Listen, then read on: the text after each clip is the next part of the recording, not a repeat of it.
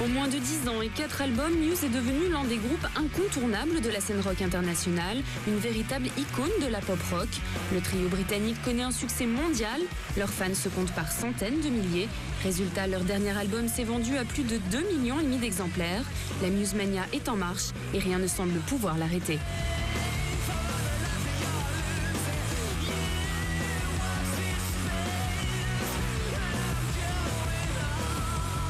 Alors pour comprendre ce phénomène, nous avons rencontré les principaux intéressés pendant leur tournée. Hi, how's it going? We're called Muse. You're watching W9 W9. Mathieu et Dominique nous diront comment ils perçoivent leur succès. C'est bizarre de jouer dans un stade alors qu'on n'a fait que 4 albums et qu'on est encore un jeune groupe. Ils nous parleront aussi de l'histoire d'amour qu'ils vivent avec le public français. À chaque fois que l'on joue en France, c'est incroyable. Le public est génial, il se lâche carrément. Sans oublier d'évoquer leur côté mystique, bien sûr. On était habillés comme des gothiques, on était maquillés.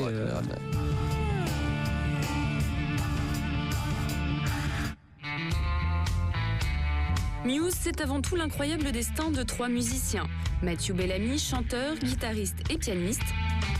Dominic Howard, batteur. Et Chris Wolstenholme, bassiste. L'histoire d'une bande de copains partis de rien, arrivés au top grâce à leur talent, mais aussi à leur amitié. On se connaît depuis 14 ans maintenant, c'est ça, non? Ça fait longtemps, on est des amis d'enfance.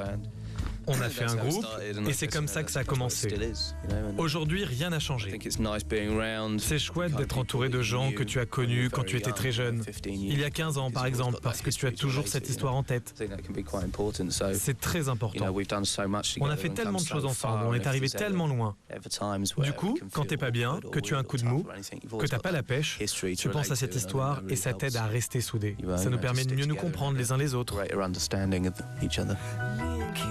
Tout commence au début des années 90. Matt, Dom et Chris habitent une petite station balnéaire du Devon, une province anglaise. Le genre d'endroit agréable l'été, mais carrément angoissant l'hiver. Les 3 ados trouveront dans la musique leur meilleure arme contre l'ennui. C'est à cette époque qu'ils montent leur groupe.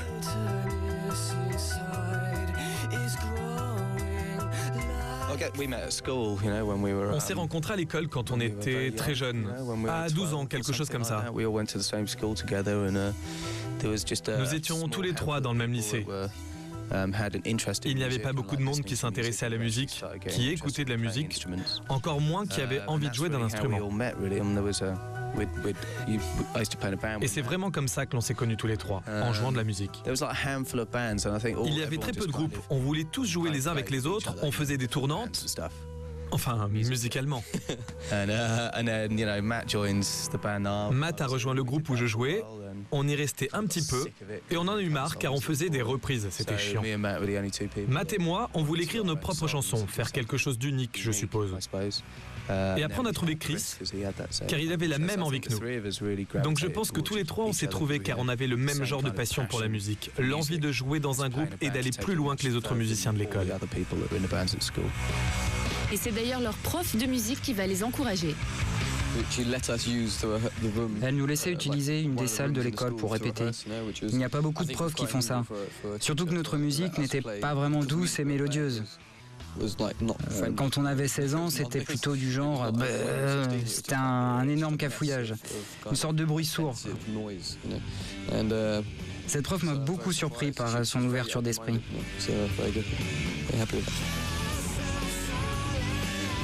Et pour cause, à l'époque, le trio est plutôt du genre bruyant et rebelle. Pas question de faire de la pop anglaise, non, c'est trop lisse. Leur truc à eux, c'est le rock alternatif et le grunge. Dans leur répertoire, on trouve surtout leur idole, Kurt Cobain, forcément.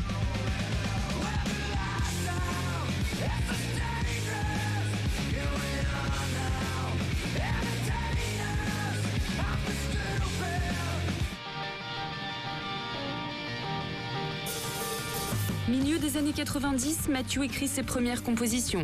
Le groupe passe à la vitesse supérieure et participe à des tremplins sous le nom de Rocket Baby Dolls.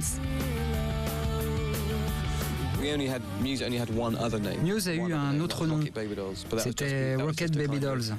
On avait choisi ce nom quand on s'était inscrit à notre premier concours.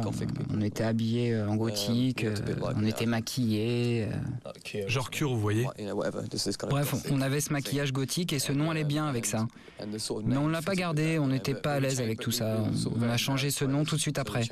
Pourtant, on a gagné cette compétition, mais je ne sais pas pourquoi quelqu'un n'assumait pas ce nom.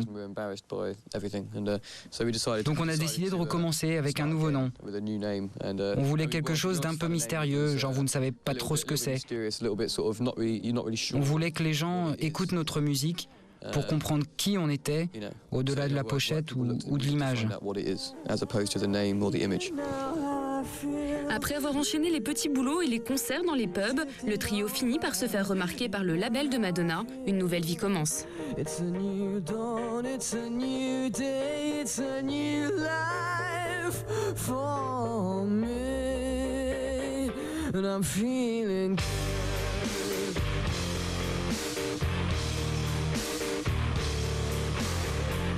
Muse sort Showbiz, son premier album, en septembre 1999. Muscle Museum, l'un des premiers singles, est un énorme carton.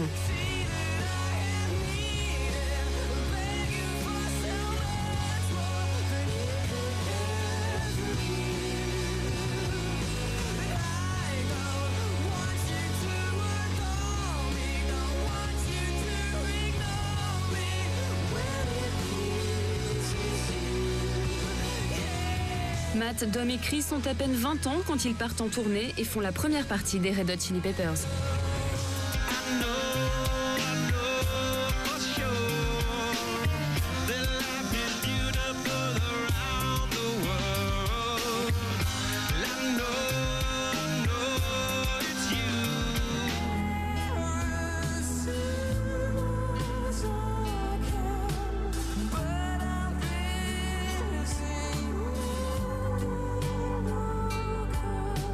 La carrière de Muse s'envole, mais la voix et les envolées lyriques de Matthew Bellamy, les mélodies mélancoliques de ses chansons vont très vite être comparées à celles de Thom Yorke, le chanteur de Radiohead.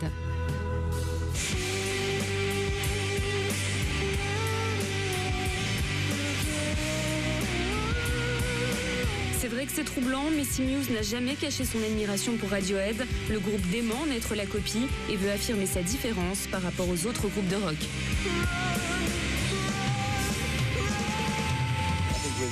Je pense que c'est très rare qu'un groupe de rock anglais sonne européen ou qu'il sonne comme un groupe influencé principalement par la musique de cette partie du monde.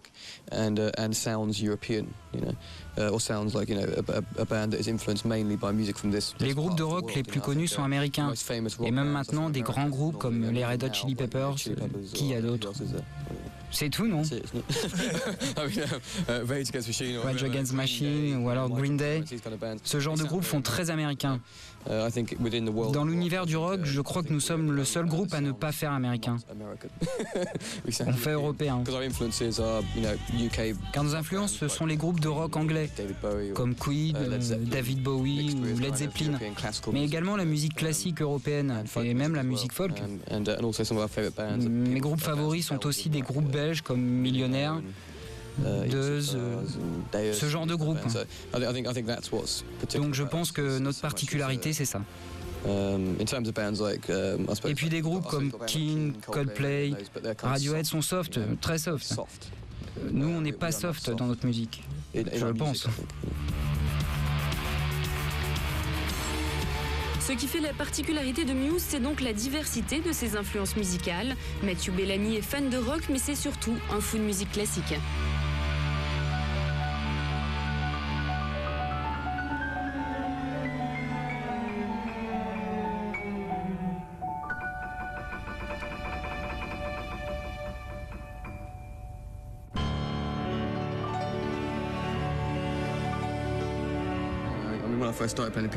Ma formation de base en piano, c'est plutôt jazz et blues. Mais je m'inspire beaucoup de Liszt, Wagner et Chopin, tous ces grands compositeurs romantiques aux musiques chargées d'émotions, très expressives. Je les apprécie beaucoup. Quand j'écoute de la musique instrumentale, j'essaye d'imaginer de quoi ça parle. J'invente. C'est comme quand on lit un livre et qu'on imagine dans sa tête à quoi ressemblent les personnages, leurs visages. La musique instrumentale, c'est ma plus grande influence.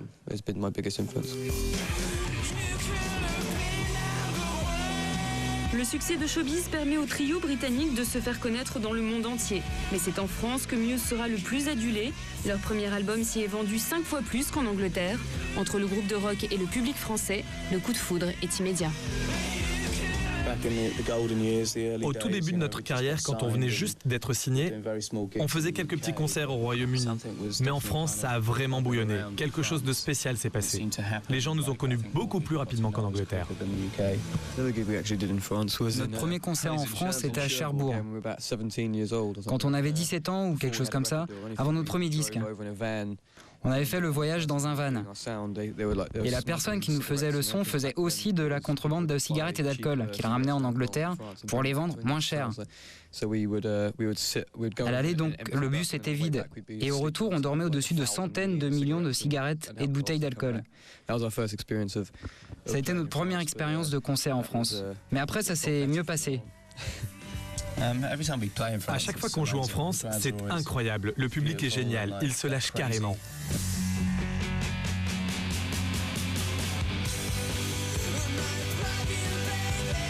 En juin 2001, Muse revient avec un deuxième album, Origin of Symmetry.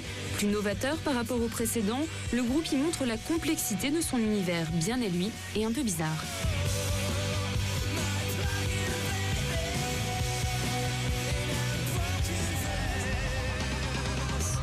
Dans la foulée, Matt, Dom et Chris repartent en tournée, un moment planant pour ces amoureux de la scène.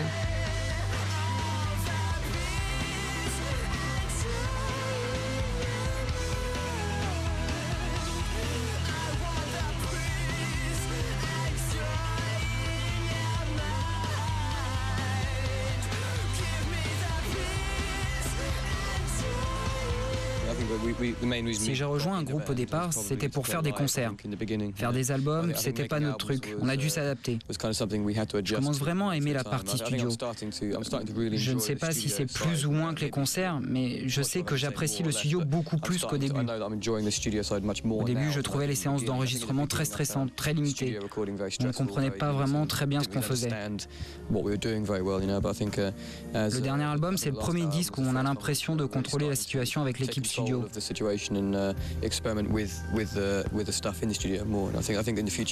À l'avenir, j'ai bon espoir que l'enregistrement devienne un moment plus sympa pour nous. L'une des forces de Muse, c'est sans aucun doute cette capacité à être aussi bon en live qu'en studio. Leurs concerts fascinent et hypnotisent les fans. Certains parlent de magie sur scène, de moments rares, d'émotions uniques.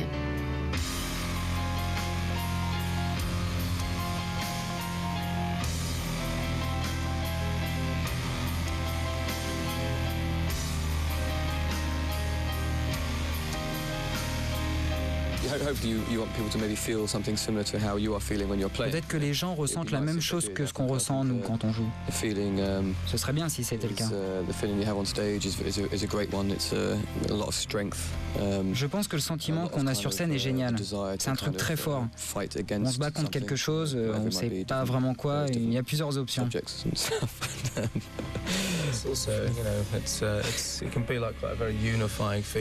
Il y a une impression d'unité, de globalité dans nos concerts. C'est ce qu'on essaie de faire particulièrement pour les plus gros shows. On essaie de fédérer tous les gens qui sont dans la salle, de leur faire ressentir, comme l'a dit Matt, ce que l'on ressent sur scène.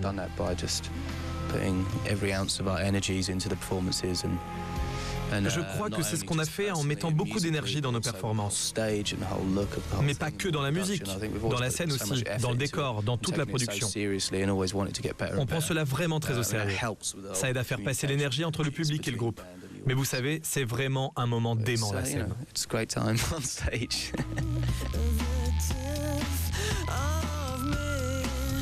Le troisième album, Absolution, est écrit au moment où débute la guerre en Irak. On comprend un peu mieux le titre. Matthew Bellamy, opposé au conflit, nous livre ici des textes plus engagés que les précédents.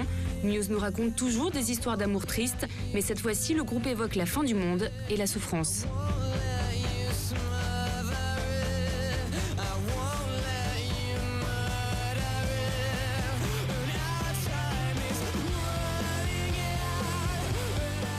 Quand j'étais plus jeune, je ne m'intéressais pas particulièrement à la politique. Mais dans le monde dans lequel on vit, il y a beaucoup d'événements et c'est impossible de les ignorer. Si votre musique est l'expression de vous-même, alors c'est plutôt naturel qu'elle reflète vos idées. Absolution marquera la consécration et la reconnaissance mondiale du groupe.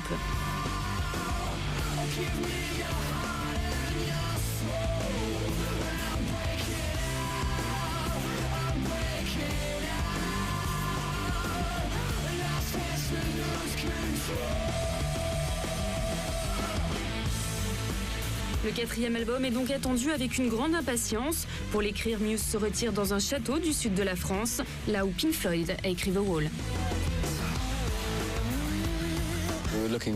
On cherchait des studios quelque part en Europe. On a trouvé cet endroit, c'était au milieu des vignes, donc loin de tout, très privé. C'est surtout pour ça qu'on l'a choisi, car c'était un endroit vraiment perdu où on pouvait se concentrer sur la musique sans aucune distraction. On avait besoin de tranquillité à ce moment-là. Je pense que le lieu influence toujours la musique. On a fait l'album moitié là-bas, moitié à New York. 2 endroits complètement différents qui, je pense, ont eu un impact sur le son de l'album. On n'avait jamais enregistré là-bas avant.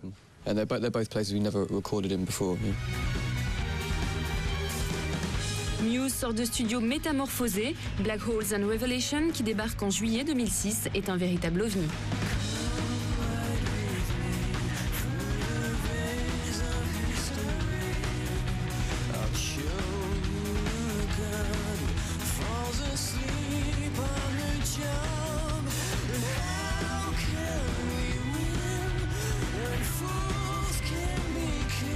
Les rythmes et les textes de ce 4e opus tranchent radicalement avec ceux des albums précédents. Le groupe y mélange tous les styles, y compris celui de Queen.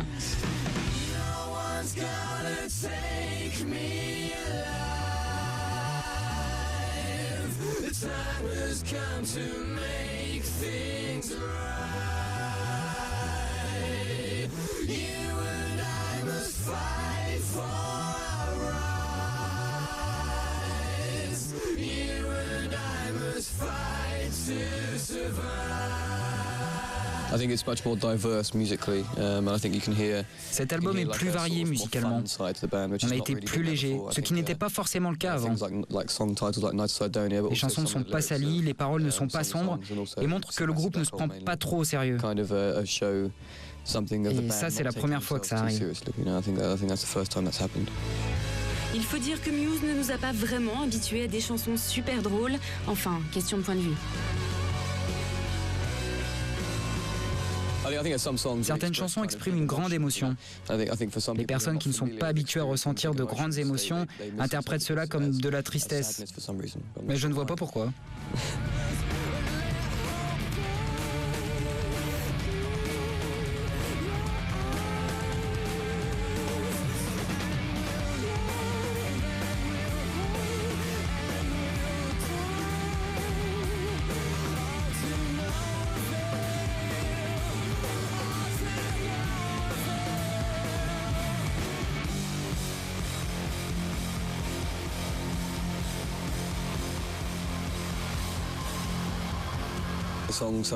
Les sujets des chansons sont très variés. Il y en a qui sont optimistes sur cet album. Invisible par exemple, et puis il y a quelques chansons plus personnelles. Mais je ne pense pas que Supermassive Black Hole soit une chanson triste. Pas du tout. C'est vrai d'ailleurs, là on dirait même du Prince.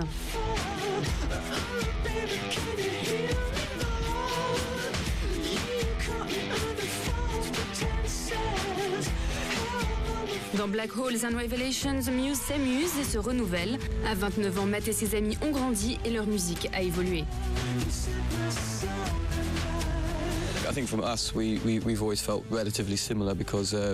Nous, on ne voit pas trop la différence, parce qu'il y a beaucoup de morceaux qu'on avait déjà et qui n'étaient pas sur les albums précédents. Il y avait d'autres styles qu'on aimait bien, mais qu'on n'avait pas inclus avant. Là, c'est la première fois qu'on les met. Pour nous, c'est très naturel, très proche de ce qu'on est. Mais je comprends que pour les gens qui ne font pas partie du groupe, c'est un changement soudain.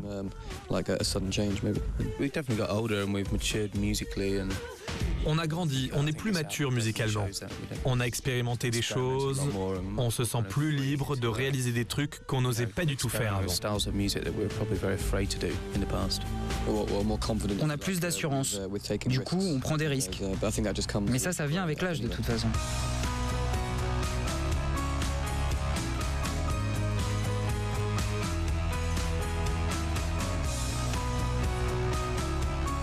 Muse a gagné en confiance, même si le groupe avoue être toujours à la recherche du fameux tube.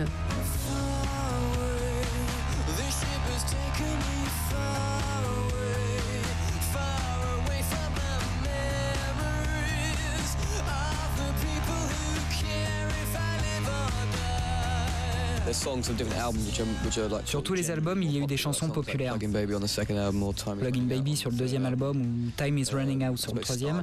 Starlight peut-être dans cet album. Mais aucun de nos titres n'a été un vrai tube. On n'a jamais été numéro 1. On est plus connu grâce à la diversité de nos albums et à nos concerts. C'est comme ça qu'on a été connu. Je pense qu'on attend toujours notre gros tube.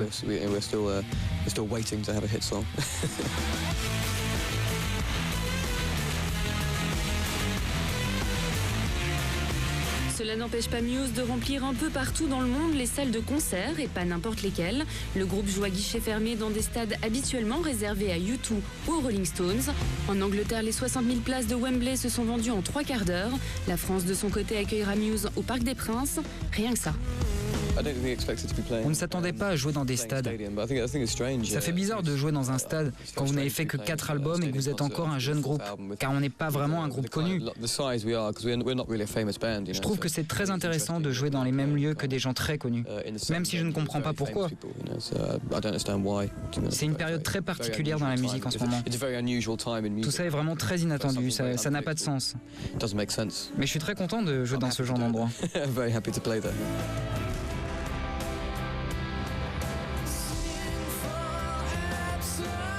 Si Muse reste très modeste, la presse, elle, promet au groupe un brillant avenir.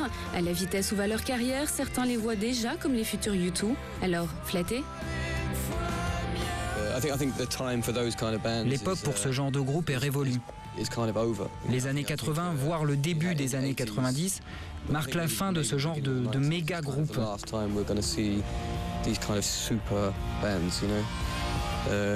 Avec Internet et la façon dont fonctionne l'industrie du disque aujourd'hui, il n'y a plus de place pour ce genre d'énormes machines marketing. Les maisons de disques ne veulent plus dépenser autant d'argent qu'avant, car elles n'en gagnent plus autant. La musique devient gratuite. Le public veut que la musique soit gratuite. Donc l'industrie est en train de changer radicalement. C'est pour cette raison que ces énormes groupes n'ont plus leur place. À part auprès des gens âgés qui ne savent pas se servir d'Internet. Le groupe refuse de se prendre au sérieux et tente de garder une certaine simplicité. D'ailleurs, leur vie quotidienne n'a rien de très rock'n'roll. Désolé les filles, mais Matt et Dom sont amoureux. Chris, quant à lui, est 2 fois papa. Rien de très excitant pour les magazines People.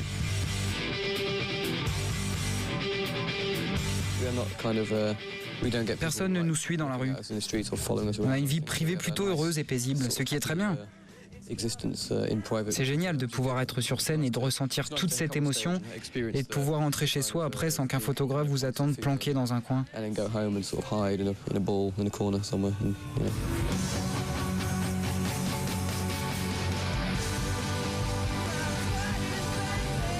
Les tournées, c'est bien, c'est d'ailleurs un peu la spécialité de Muse, mais c'est pas tout, il va falloir se remettre à écrire, alors à quand un nouvel album ? Je suis sûr qu'on va faire un autre album. La question c'est quand. Personne ne pense à ça pour le moment car on vient juste de sortir celui-là. Et c'est la première grosse tournée que l'on fait avec cet album. Donc pour l'instant, on est encore beaucoup dans Black Holes on Revelation. Il nous faut un peu de temps pour réfléchir à ce qu'on a fait. Trouver de l'inspiration pour de nouveaux morceaux. Et tant qu'elle sera là, cette inspiration, on fera d'autres albums. Mais je sais pas quand.